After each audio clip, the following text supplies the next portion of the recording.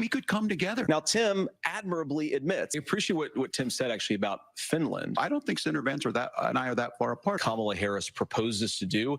And some of it, I'll be honest with you, it even sounds pretty good. Tim, first of all, I didn't know that your 17-year-old witnessed a shooting. I'm sorry about that, and I hope appreciate that he's doing okay. So.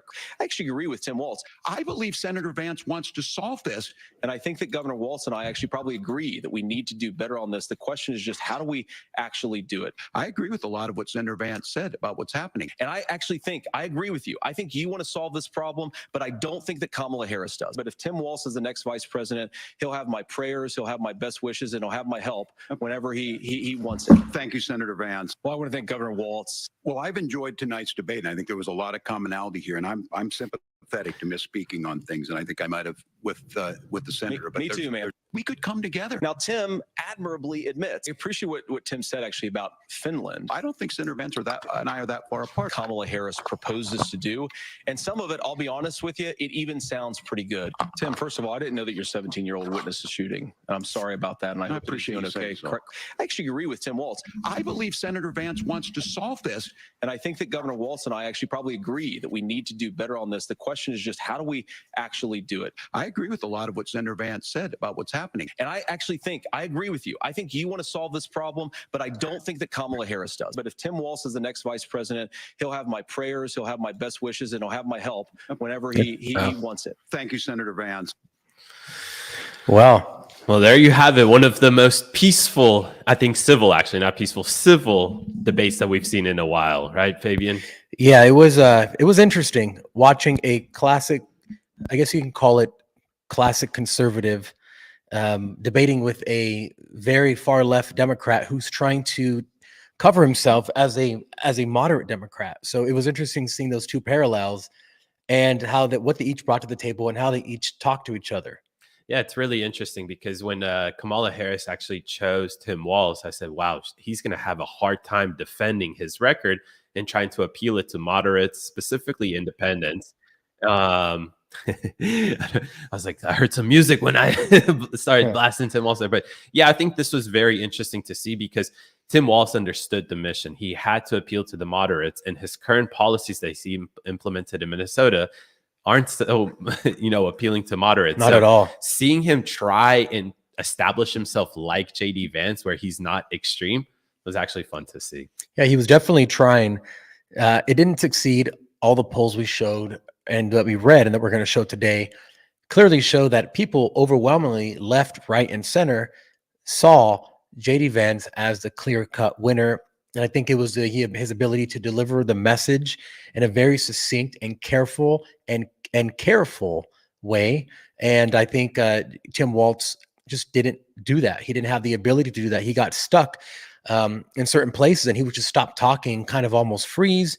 When they asked him about why did you say that you were in Tiananmen Square when the thing, when it was happening, he said, well, I'm a knucklehead sometimes and I misspeak. That's not okay. If that's your excuse for being called out for telling straight lies and getting fact checked, then that's not something I think the American people want as a response. Compared to when J.D. Vance was up there, they said, well, you didn't agree with Trump. He's like, I didn't.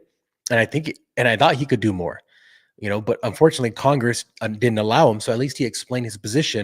And I think the American people liked seeing things like that because it's truthful. It's not trying to cover up and say, well, I'm a knucklehead, so that's why I lied. Yeah. Like that's not an excuse. Exactly. It was very transparent from J.D. Vance's side. And I actually like the fact that he criticized and called Trump all these names in 2016 before Trump's presidency. Because I think a lot of people can relate to that. They might have been worried about Trump's presidency, thought that he's all of these things and whatnot. And then they actually saw the 4 years of how he governed. And that's what J.D. Vance saw. He thought this was a bad choice. He saw how he governed, and that changed his choice. I think, or what he thinks about the individual. I think that is very transparent. And I think that relates to a lot of Americans. How many people did not like Trump in 2016, but benefited directly from his policies and can see the difference between his policies and more of a Democrat kind of governance policies, and are sitting there and saying, yeah, I may not like him. I may have thought these things about him, but his policies worked for me and they were great. That's what I see J.D. Vance. And I'm so glad that he actually said it the way he didn't back out and say, oh, they missed, they took what I said wrong. No, he said, that's what I thought. And then I saw his policies. I saw how good they were for our country. And that's what changed my mind. Yeah, if you would have told me in 2016 that I'd be sitting here in 2024 defending Donald Trump, voting for him, and agreeing with almost all of his policies, I'd be like, no, you're out of your mind. But that's what happens when people prove themselves to be something that they didn't seem like they would be before. And I think a lot of the people, especially in America, we debate people on TikTok Live all the time, and it's a very emotional argument. When we ask them, why would you support Kamala Harris over Trump? What policies do you like? They go straight to the emotional, subjective discussion about Trump's character and one thing he said in that one time, that 1 year. And we always call them back and say, well, is that affecting your day-to-day life? Is that affecting your ability to put food on your table for you and your family or get a better education? And they can never answer the question because they understand that it's purely emotional. And if you base your decisions on pure emotion, which is unfortunately what a lot of people do, you end up in really bad places. And this is what will happen for 4 years if we allow Kamala Harris to win, because we just feel better about her. We have joy about her. That's definitely it. And we saw that last night in the debate, because a lot of what Tim Walz was trying to do early on in the debate was try to attack Trump from an emotional standpoint. But JD Vance completely overrided that entire conversation by bringing up the policies, because if policies positively impact you, like Trump's economic plan, the Trump Tax Cuts and Jobs Act that he imposed in 2018, those positively impact individuals regardless what their political ideology is. I mean, we know these stats from IRS that individuals earning between $50,000 to $100,000 received a 15 to 17% tax break. That completely overrides whatever emotional stuff Tim Walz may say about how Trump, does this and says this kind of stuff. People at the end of the day, I hope so, the ones that will decide the election for us will put aside the emotional stuff and actually look at the reality of things in terms of policy. And we saw that yesterday, right? We saw something interesting. I think that a lot of what we see in JD Vance's overall rhetoric when it comes down to policies is a little bit of a mix of what would be classified as a Democrat kind of stand, like 10, 15 years ago. Yep, exactly. Yep, right. And now the Democrats have shifted so far left that they aren't really appealing too much to these moderates, and Republicans have actually shifted a little more to the middle over these 10, 15 years to where they are appealing to people like Tulsi Gabbard, RFK Jr., Elon Musk. These aren't hardcore conservatives. I don't think they even consider themselves conservative today. They're probably liberals. Classic liberals, right? That found themselves agreeing more with the Republican Party. And we saw that firsthand yesterday from economic policies, immigration policy specifically. Let me talk about economic policy specifically, the ones that are pro-family. And that's where it's interesting to see the Democrats try to figure something out with that, because if they're pro-family in terms of economic policies, then why are you so on board with trying to destroy the nuclear family from every aspect? And just a simple aspect of that is allowing abortions to happen in the 8th month, 9th month, right? It's a dilemma that I think Democrats have right now. Yeah, absolutely. You can't protect and support families if you're allowing Tim Walz state to be a sanctuary state where children can flee their parents or be brought across state lines by someone else, not their parents, and then say, don't worry about what your parents said. We're going to take care of you. This is a sanctuary state for kids who want to transition, and we're going to pay for it without the authorization or authority of your parents. That's completely antithetical to being pro-family. That's actually being anti-family and allowing your children to do whatever they want without the parents' intervention or without the parents' say. We know that one of the members of Parliament of Canada, I don't know the name off the top of my head, but she said that there is no such thing as parental rights. So this is already happening in Canada. And now we see policies from Democrats that basically copy what the Canadians are doing. They haven't specifically said, at least I haven't heard any major Democratic official saying that there is no such thing as parental rights, but in their acts that they pass, that's exactly what they are doing. They're just not saying it out loud. And I think the American people have woken up. I always say X has revolutionized the way that we can transport information to each other at the speed of light. And just with the year and a half or so of Elon Musk already purchasing it, you see this far shift away from these leftist policies and then more to common sense, as JD Vance was talking about, common sense wisdom, not trust the experts, because the experts are the ones that got us in this mess in the first place. So let's just trust common sense. Absolutely. And I think that The best example of that actually is when it comes down to what you said, providing sanctuary to kids who are running away from states that don't provide them gender affirming care. And they can run to that state and have gender affirming care, which is an actual procedure done, right? That includes a lot of various things that are permanent changes. It's irreversible without the parents' consent, right? For some reason, all Democrats agree that nobody should be able to get a tattoo under 18 years old, but apparently that they should be able to do drastic changes to their body physically. Life-changing, life-changing, right? Irreparable. Without the parental consent. Now, guess how popular that is? Probably very unpopular. Correct, because even 66% of Democrats, I don't even have to talk about independents, and we know Republicans stand on this, 66% of Democrats say leave kids alone. So you got to think about a lot of these classic liberals who are, yes, they want the kids to have the freedom of choice and all this stuff, but not to go do such drastic changes, especially without the parent consent, and then to also provide a safe haven to where they can run away from certain states like Oklahoma that don't do this. Very, very unpopular. And again, that is why we're seeing this shift of classic liberals, center left Democrats shift over, maybe not to the Republican Party, but definitely to be in the middle, independent, and us appealing way more to them from economic policies, immigration policies, foreign policies, right? Various things there. And I'm actually trying to find the exact number because it shocked me the first time I saw this data. I was like, I know that it's not popular among Republicans, but I didn't know how unpopular it is among independents and Democrats. Well, it's the age-old Hegelian dialectical materialism where you introduce two opposites and then you keep doing it until society transforms into something else, right? So you have this topic. Actually, we were just talking about this the other day, where you have something that is anti whatever is the current thing.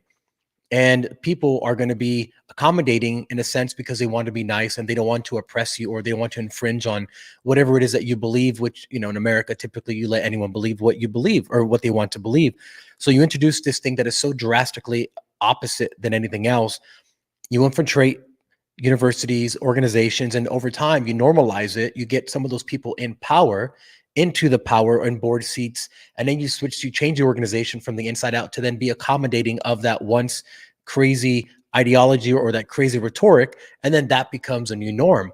So this is what they're doing with the trans issue. Yes, it's very unpopular. Why do they keep pushing it and pushing it if 66% of Democrats, and I'm sure a far higher number of Republicans, are against it? What is the purpose for trying to push something that society does not want? There's a larger issue at play, a very spiritual issue, a very communist issue, and a very Gnostic issue, if anyone wants to look into that. But that's exactly what they're doing. They're pushing it until they normalize it. And then now you have the new normal, a new reality. And then once that happens, then you introduce something else, right? Yeah. And it just keeps going and going and going. This is the far left tactics of how you change society. Yeah, exactly. And we can extend that to abortions as well, because we saw yesterday Tim Walz refused to answer the question of whether he supports an abortion at the 9th month, right? Because we know he does, because Minnesota law actually allows that to happen. There is no restrictions on abortions at the 9th month. And maybe we can actually pivot here to talk a little bit about the moderators and their inability to actually host the debate, right? Senator Vance, your time is up. Tim Walz, your time is up. It just so happened that everybody's time was up at the time that they stopped talking, specifically Tim Walz. But I found something to be quite interesting.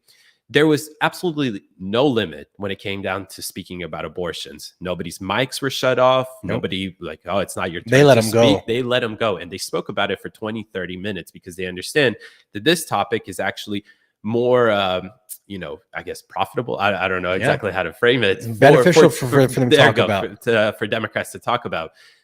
But what about affordable housing? They started to talk about it for 5 minutes. We, for the first time during the debate, actually saw a back and forth debate. Yep.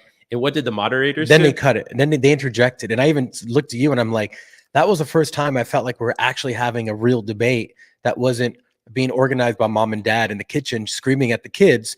There was two adults talking. They were back and forth. They were actually exchanging ideas and what's better or not. Then the moderators went in and then they interjected and it completely derailed that entire train, which I think the people wanted to hear more of. Exactly. Especially because it's affordable housing, right? Right now, when people think about affordable housing, sometimes I think that they think about like government subsidized housing for free or through programs and whatnot. No, we're simply talking about the fact that you can't even go buy a house right now because of mortgages. You probably can't rent because of certain rent, whatever it is, right? That's what we talk about affordable housing, trying to bring that down, or at least giving Americans the ability to access this type of housing, right? Yeah. And they started to go back and forth about why is it that we're seeing this increase of price on homes and whatnot, and what's contributing to this. And JD Vance was correct. It's a lot to do with the fact that there's 25 million illegal aliens here in the country who are competing against regular average working Americans over that same house. Of course, you're going to see a price increase. It has to do with inflation and whatnot. But the thing is that that's what Americans care about, especially people that want to get a home. I think we all want to get a home, right? Yeah. Why aren't we allowed to actually talk about this? Why do we have to spend 30 minutes talking about abortions that necessarily actually don't impact half of the population that is voting? Because that's what wins elections, especially for liberal women. That's they're single issue voters, and they will be until who knows how long. But I really hope that they get off this train. I mean, realize, and if anyone comes at you with this argument and you're listening, it's already been decided by the Supreme Court. It's already back to the states. This is what America was founded on, right? Federalism. You have states do one thing, and then the government's like, okay, as long as they're not breaking the law, it's cool. Do whatever you want. This is how it's supposed to work. I was thinking about one thing when JD Vance was talking about the housing issue, like we were just speaking about. I wish, instead of a debate that was moderated, put both candidates in a room, nobody in there, cameras on, lights on, and let them talk. Yeah. Actually let them talk. That's where we'll see the real people, not because of these one gotcha lines or everyone's trying to get their little moment. Just let them talk and actually figure out, oh, I like the way this person's explaining things more. When you have moderators in there, sure, I guess it can help a little bit, but by keeping them on track. But let them go where they're going to go. Let them identify an issue and then tie other issues into it, so we can have actually a complex argument that goes deep, rather than 5 minutes on affordable housing. Okay, we got to go commercial break, pay bills. Like, that's not really helpful. Well, the reality is that the legacy media, which is hosting all of these debates, they are on the side of the Democrats, right? And you can see with Tim Walz, Kamala Harris, they had to actually come super prepared with already what is it? How do I say this? Like pre-written lines, right? And you saw that yesterday with Tim Walz. He came out on the stage, and before the debate even started, he started to scribble stuff on his paper, right? These are all talking points that he had to memorize that he was going to use, right? This is what they're so scared of, is an actual open dialogue to where the conversation flows wherever, without moderators having to bring it back to help the Democrat. Because JD Vance, we've seen this for 2 months. You know this because I watch it every Sunday morning. He goes on these Sunday morning shows and destroys whatever individual he's talking to, whether it's Dana Bash from CNN, Meet the Press with that other lady, Face the Nation with the other dude, right? He is so well prepared. He doesn't need any prepared talking points, because he doesn't need the above the iceberg. He can get in down low into the very details of everything like that. And that's what we saw yesterday. We saw an individual that you can hit him with whatever, and he will have a great response to that. And sometimes he'll say, I was wrong, which is great to see from a politician. Tim Walz was digging inside his head to remember, what talking point should I come up with? And you can actually see it in real time. The way he was moving, the way he was shifting and, listening. Although curiously, I was watching CNN's post-debate analysis after Anderson Cooper. So about an hour or so after the debate ended. And they played a clip. It was like a 3-minute clip of different parts of the debate.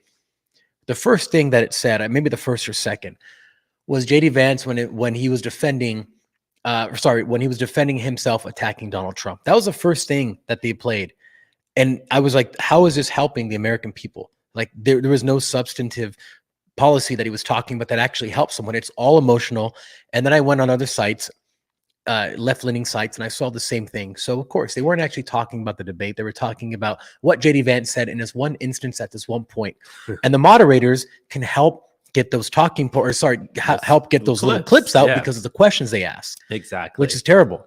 It is terrible, but hey, at least he didn't fumble as hard as Tim Walz when he said that his friends are school shooters. He made friends with school shooters. Yeah, exactly. And people say, how could he slip so hard? Well, you got to actually just look at what led up to that moment. Fabian, when we were watching it yesterday, about 10 minutes before that moment, you pointed out to me that he hasn't mentioned Trump in a while now, even though he started the entire debate by attacking Trump and Trump. Yeah. That is because JD Vance pushed him so far into a corner where he was panicking. He was quite literally panicking. And when you have so much information in your head, so many different talking points that you had to memorize, that when you're panicking, you start to slip up and say weird stuff like this or call yourself a knucklehead. Why don't we play this video? Yeah, this is funny. I've seen it. Look, the NRA, I was an NRA guy for a long time. They used to, so I've become friends with school shooters. I've seen it. Look, the NRA, I was an NRA guy for a long time. Oh my God, that's crazy. But look, obviously you and I are supporting Trump, so perhaps we're not any undecided voters, but Frank Luntz, which a lot of people don't like, but he's an actual pollster. He brings people together to do focus groups. He conducted a focus group last night like he always does. And he had some shocking results. So at the beginning of the night, out of 14 people in his focus group, only 5 of them said that they are leaning towards voting for Trump, and JD Vance, only 2 of them concrete are actually voting for him.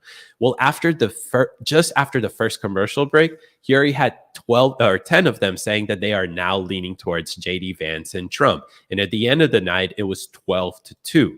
Saying that JD Vance obviously won the debate. It's an overwhelming success. Correct. And these aren't individuals from boring states that nobody cares about. These are battleground state participants from Georgia, North Carolina, Pennsylvania, Wisconsin, Arizona, all groups of ages, females, males, everything there. And I think what we saw yesterday happen is something that I've been waiting for a while. Trump's policies are absolutely incredible. I myself, at least, I don't know if you agree with me, don't think that Trump has the best way to articulate his positions and policies in a way that moderates can actually accept this stuff. I like the way he talks. Don't get me wrong, but I don't think it appeals too well to moderates who are trying to understand what these policies are all about. JD Vance completely did that last night. Yeah, it's the yin and the yang. The yin and the yang. And if this is the new wave of Republicans that are bringing Trump's America First policies without essentially bringing Trump's baggage, then, oh my God, I think 20, 30 years, we're going to have, for the next 20, 30 years, we're going to have some incredible results when it comes down to races and whatnot, because this stuff appeals way more than what we saw with Tim Walz yesterday. Yeah, it gets people engaged. And shout out to Cameron Diebold. Salute from Hawaii. Trump all the way, baby. Let's go. Also, I want to pull up something interesting, because we have the great toilet paper rush of 2024 that's just started because of the longshoremen striking. Oh, yeah, check this out. So the lines have already started, the hoarding lines at Costco. Play this here. Seen a line this long at Costco. It's freaking massive. Something's going on. Wow. People are hoarding. When they look at it, and even snakes all the way from over there, back there, around here. Oh, my God. Well, look at the toilet paper. Look at the toilet paper. Jeez, lady, like what is wrong with you? Seriously, I simply don't understand this. You see, Look at the toilet paper. got me thinking to go to Costco and get some toilet paper in case these. Well, see, that's how it happens. You see Yeah. other people, you're like, damn, should I get some real quick before they, Yeah, because listen, I wouldn't, just because there's a strike happening right now in one of, I guess it's the biggest ports that America has, right? It's on the West Coast. Yeah, in the California. International Longshores Association. And and an interesting, we'll dig into that in a second, because I saw some corruption regarding the leader of that. And No way, David. You saw Oh. corruption? Yes. Wow. Can you believe it? Corruption when it comes down to unions. I Who would have ever thought? never thought about that in my life. But I saw something to where this can have an economic impact on us of about $5 billion a day. And I also saw a video yesterday, maybe I'll pull it up here in a second, of a worker who's on strike. He was filming what is happening at the dock at night with no workers, because again, everybody's on strike. It looks like nothing is wrong. Why? Because everything is automated. All the machines do the unloading. The machines bring it into a certain place. Then they unload it to that certain place. And then a truck comes in and hooks it up or whatever it is, right? Disassembles the thing. You're talking about in China, right? No. I'm talking about right here in California. Yeah. I'll find that video in a second. No, they've been automating for quite a while. It's not the level of China yet. If you look at China, there's no humans on there. The humans are behind a screen in a room, guiding everything, operating the cranes, but most of it is automated. And what's not automated, it's done in a room on a screen by a worker that they can train. So I don't know too much about exactly what's happening, or why they're striking. Well, actually, I do know, because the guy said that during COVID, they were the ones that are going to work every day, and they should be paid for doing all that extra work. Now the guy's making $1 million or so. The guy, forget his name, but the leader of that, what is it? the group Staten that- Island dude. He talks Yeah. like he's a mobster, like he's from Goodfellas. Yeah, I actually have a video of him speaking. Let's go ahead and play it just so people can understand let's do that. what he wants and what he's saying. These people today don't know what a strike is. Right. When my men hit the streets from Maine to Texas, every single port will lock down. You know what's going to happen? I'll tell you. First week, be all over the news every night, boom, boom. Second week, guys who sell cars can't sell cars because the cars ain't coming in off the ships. They get laid off. Third week, malls start closing down. They can't get the goods from China. They can't sell clothes. They can't do this. Everything in the United States comes on a ship. They go out of business. Construction workers get laid off because the materials aren't coming in. The steel's not coming in. The lumber's not coming in. They lose their job. Everybody's hating the longshoremen now because now they realize how important our jobs are. Now I have the president screaming at me, I'm putting a Taft-Hartley on you. Go ahead. Taft-Hartley means I have to go back to work for 90 days. That's a cooling off period. Do you think when I go back for 90 days, those men are going to go to work on that pier? It's going to cost the company's money to pay their salaries. Well, they went from 30 moves an hour maybe to 8. They're going to be like this. Who's going to win here in the long run? You're better off sitting down and let's get a contract and let's move on with this world. In today's world, I'll cripple you. I will cripple you, and you have no idea what that means. Nobody does. That's a mobster right there. Look at his glasses. He's obviously in his late 60s, 70s, wearing the gold chain and those little Gucci's glasses or whatever. He looks like he called him from Kamala Harris. But I just watched The Irishman with Robert De Niro, even though he's stupid and gay. I'm going to say that word on a live stream, and a lot of other words I don't want to say. I want to say, but I won't. But anyway, it talks about the mobsters and how they worked with the unions in the 1940s, 1950s, 60s. And this dude looks like a character out of that movie. Like he looks like he's one of the mobsters from The Irishman. Oh yeah, 100%. And just to put some more context into this, he actually turned down a 50% increase in salary for the next 6 years because they're demanding a 77% increase and all automation efforts as well. So so he's trying to stop automation efforts. he wants to stop automation efforts and as well as increase the salaries by 77% right away, not over the course of 6 years. And here's what the key thing I want you to know. This guy owns a super yacht. Yep. His annual income, like the real one, is $1 million a year. So, and he was involved in like some RICO charges that essentially were Of dropped course. because the witness, the key witness of the case, guess what happened to him? That's Yeah. exactly right. And the key witness was a mobster himself. So, you guys figured this stuff out yourself. We provided enough context there to make your own conclusion of what is actually happening here. But Fabian, I did want to put this on as well. Let me see. While you do that, I just thought it was funny that Elon Musk yesterday commented on the situation and said, dude had more yachts than me. There you go. Okay, see? So, again, I wasn't making stuff up. I literally know that this guy has super yachts. Not one, but yachts. Yeah. And this is the leader of a strike.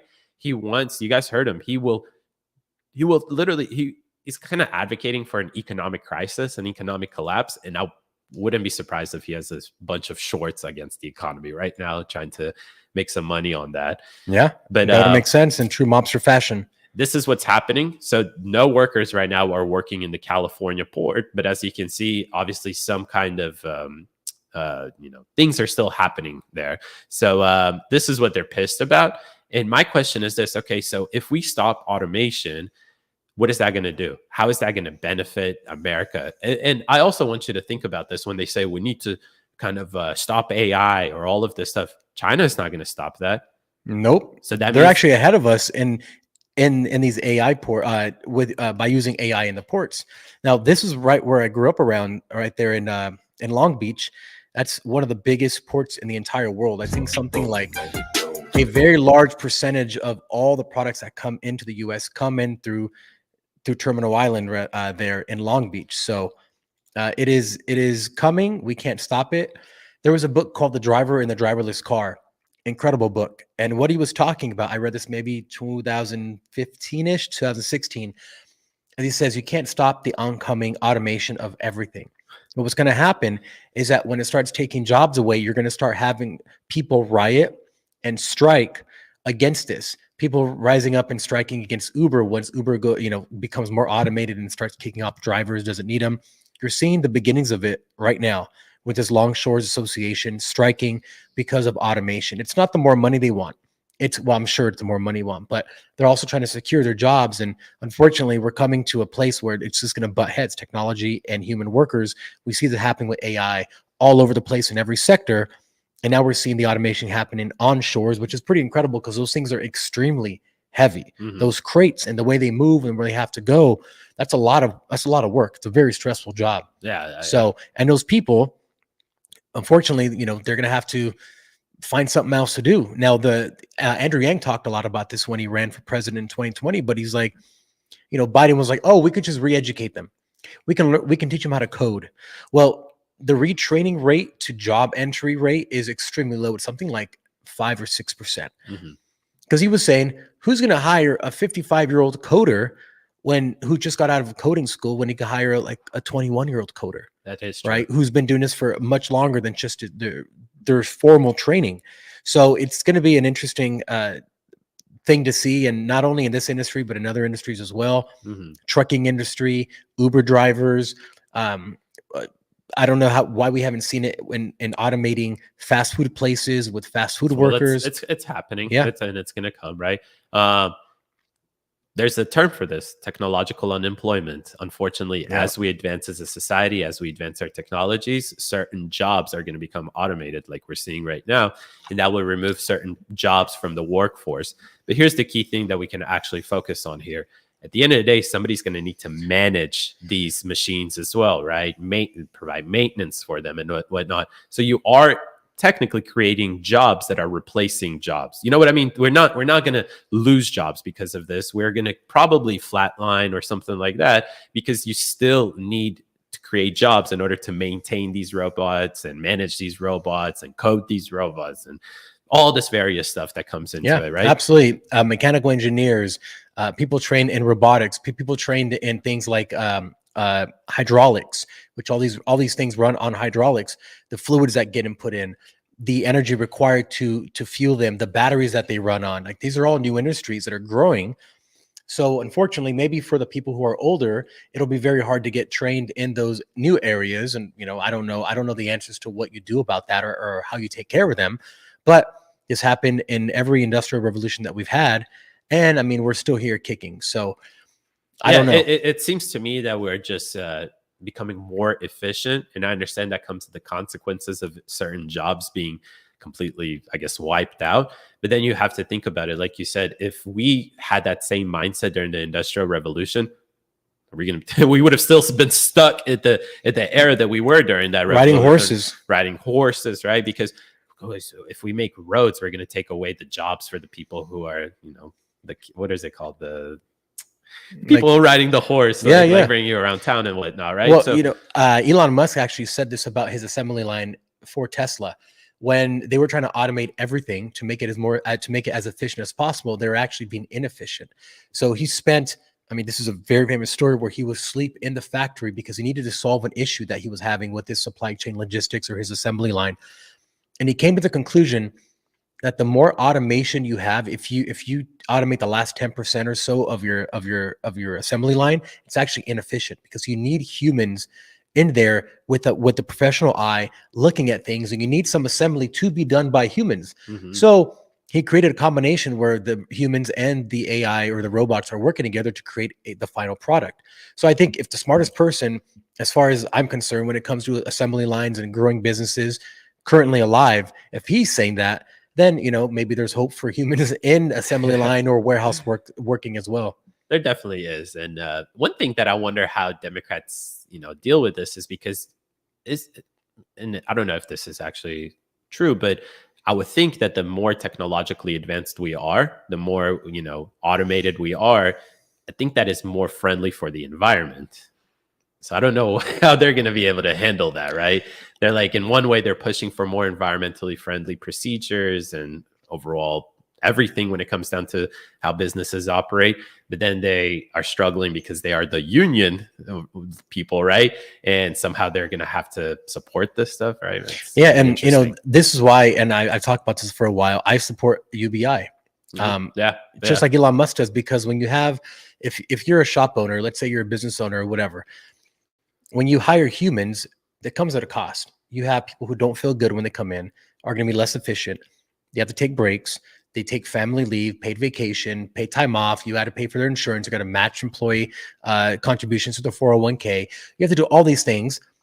And then you have inter-office conflicts, like everything happening with DEI and ESG right now, where you have conflicts of interest. And I'm sure that's making companies a lot less efficient. We see it happening in Boeing with their quality coming down and planes breaking and things like this. So if you replace a human with a robot, I know this sounds weird, but you become much more efficient because the robots don't have to rest. They don't sleep. They don't come in. They don't have a bad day with their wives before they come into work, and then they're not as efficient. So what do you do with all that extra money that these robots are creating? UBI. There you go. Bingo. Yeah. And again, the difference is that socialists would love to bring UBI in right now with no reason for it, right? They'll just say, well, everybody needs universal basic income. There needs to be a standard for it. What we're saying is that when there happens this technological advance that wipes out certain jobs, then you can use that surplus or whatever it is, the extra money that you have, to create UBI for those individuals to make sure that they maintain a quality of life that they had previously and whatnot. Yeah. That is the quite literal difference between socialists and I guess us individuals who are fiscally conservative and understand that when you generate more money like that and you have these consequences of jobs being lost, then you can create this net safety program for through the way of UBI. But unfortunately, it can't be ran or managed by the government. And that's the big thing about UBI. UBI and the way that I support it is there is a 10% VAT tax similar to what they have in Europe. And that is essentially attached to all the components throughout the entire assembly line. So if you get a component from China or Taiwan or you create it, there's a 10% VAT tax, and it follows away all the way through to the final product so that you can't actually skip that 10% VAT tax. And then ideally, the version of UBI that I support would see that money be given directly to the people in a form of an automatic deposit in their bank or whatever it is, without the government touching that money, have the ability to touch that money, because we saw what they did with Social Security and all these other programs where they keep, we need to borrow some of the money. We'll pay it back. And now there's nothing left in the coffers. If that would give the government the ability, or should give the government the ability to get rid of all welfare programs. And then with that, all the bureaucracy that comes along with it and all the red tape, and actually just give money straight to the people. But if the government creates a version of UBI where they control it, then that's going to be the issue. That is a form that I don't support, because that's just growing government even more. Absolutely. Let's, I also want to talk about Hurricane Helene. Helene. Okay. Helene. So yesterday, the second question that was brought up in the debate was regarding the hurricane and its impact. But what I think we didn't notice is how CBS sprinkled a little bit of wokeness into there, where they talked about how this is a direct impact of climate change. Like, hurricanes just started to happen, apparently. So I want to actually bring this up on the screen. Oops, it's going to take me a second. But I just found it quite funny that they tried to sprinkle that in there, like it's an outcome of climate change. And if people forgot what happened after that was brought up, is that JD Vance actually said, okay, let's say that this is because of emissions, like human-caused emissions that then makes more hurricanes happen or whatever. So what are we going to do about that? Are we going to outsource our jobs to China and not, the countries that could care less about emissions? Or do we bring manufacturing back into America by slapping tariffs on companies that don't want to manufacture in America. And I love that response so much, because sometimes I think it's difficult to tackle this idea of climate change because of how the left manipulates the data and tries to make us look like we're bad guys and whatnot. But they're against bringing manufacturers back to America. So in one way, they want to tackle emissions, but the other way, they say that bringing manufacturers back to America is just going to increase prices in America. So we should keep them in China, in India, who don't care about emissions whatsoever, right? They're actually increasing year over year because they understand this is a complete farce, and they're going to grow their economy no matter what, because they want to rule the world, or they want to be the single power, the unit power in the world. And here we are talking about degrowth capitalism. Let's shrink to make things better. China is laughing their ass off right now. They're like, these idiots are really, not everyone, but there's certain idiots that are saying, hey, we need to shrink the economy in order to stimulate more environmental, growth.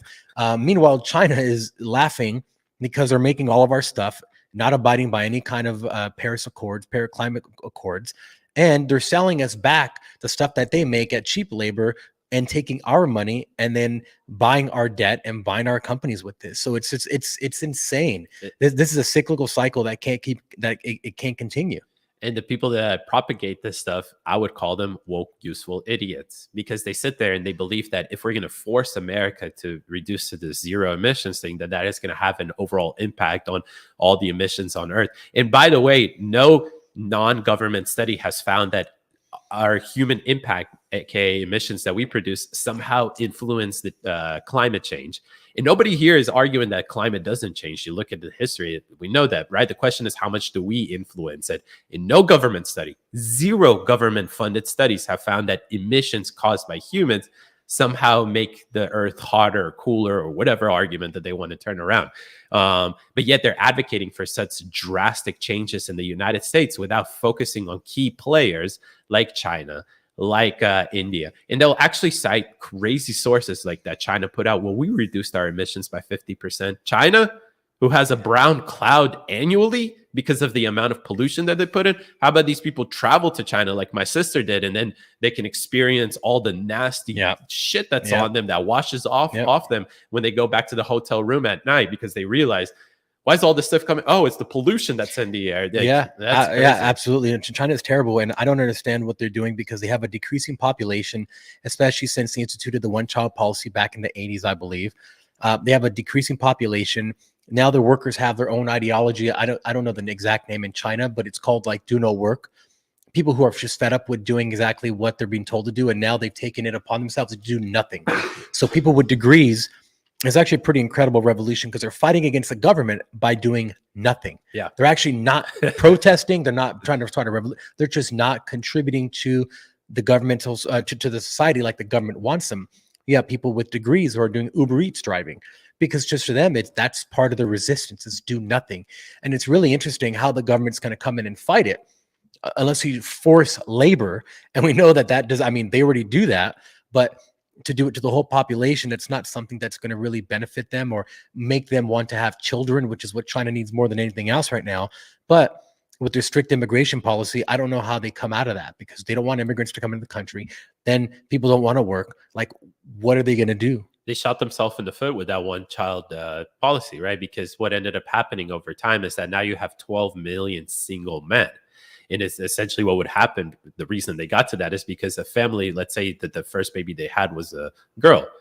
Well, they would abort it, right? Because there's no way that you can continue the legacy of the family like that, right? Yeah, plus you need workers. You need workers, exactly. So they would wait for a male, and this happened systematically across for decades. So what ended up happening, about 10 to 12 million men who don't have a partner, not because they won't be able to find one, because there's no women for them. No women. And right, that's kind of like what South Korea is experiencing. Yeah. What is there, like, I forgot what it is, but for every 100 grandparents, there's going to be one grandchild. It's crazy. That is crazy. Okay, Fabian, I found the video. Let's add it here. And turn now to Hurricane Helene. The storm could become one of the deadliest on record. More than 160 people are dead and hundreds more are missing. Scientists say climate change makes these hurricanes larger, stronger, and more deadly because of the historic rainfall.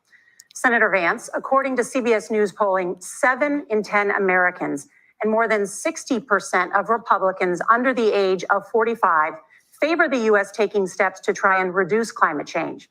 Senator, what responsibility would the Trump administration have to try and reduce the impact of climate change? I'll give you 2 minutes. Let's turn now to her. Yeah, and the answer that preceded that was obviously turning the table on Tim Walz and Democrats. Is that like, okay, let's assume that this is all because of us, of our emissions. What are we going to do about that? And I like that because, again, Democrats are the ones that are saying that they don't want to essentially incentivize American companies to bring their companies back or to make sure that they stay here, because they believe tariffs are very bad, although they've kept all of Trump's previous tariffs in place while imposing new ones. Yeah. And they actually talked about that too a little bit. He did. Yep. And that's what, so I know we'll kind of shift out from this, but Fabian, you and I go live on TikTok every single day. We talk to Kamala supporters every single day, and we're watching the debate. We were sitting there and we're like, oh, I hope he says this. Oh, yes, he said that. He said some of our lines. It's almost like they have people listening to us and they might taking some of our lines. They might. So we know Harry Sisson popped on the other day. Little fag that he is. And Harry Sisson, pop on again and we'll see what you got, man. Yeah, exactly. Yeah, that's the thing, is that a lot of these Harry Sissons and Parkers and individuals that support the Democrat Party, they short circuit when you actually get into the details of policies, or how do the things that they say that they want to happen actually would look like in America if they're put into practice. And it's a great conversation. We saw yesterday, JD Vance essentially do what you and I do to Tim Walz, the way we do it to Kamala supporters on TikTok Live. Yeah, I mean, just take them down that logical road. Okay, let's say you get everything you want. What kind of world will we live in at that point? What do you do on day one? Now there's no more, everyone's completely equal. Everyone has no money in the bank, so now we're all equal. What do we do then? And the leftists, they can't go down that logical line because there is no idea of what to do after they reach their utopia. Because they think that once they reach their utopia, the world's it's going to end and we're all going to be transcended into these gods or something like that. You know, some people do. Yeah, that was a rather interesting conversation that you and I had about all of that. Fabian went dark on me. Yeah, my camera got a little hot. Well, should we just end it on that case? All right. So everybody that's stuck around this long, we really appreciate you doing this. We're going to be going live pretty much every single day. We will have a schedule put forward for you guys to see, but we're going to be doing these live streams more often. We're going to get back into the routine of doing this stuff while continuously doing our podcast, Men in the Street content, all this various great stuff. So make sure that you follow Fabian's page, make sure you follow my page, and make sure that you follow The Breakaway, where you can get all of this incredible content, all podcast platforms, especially, and as well as YouTube, Instagram, all these various things. We appreciate everybody joining us today, and we will see you next time.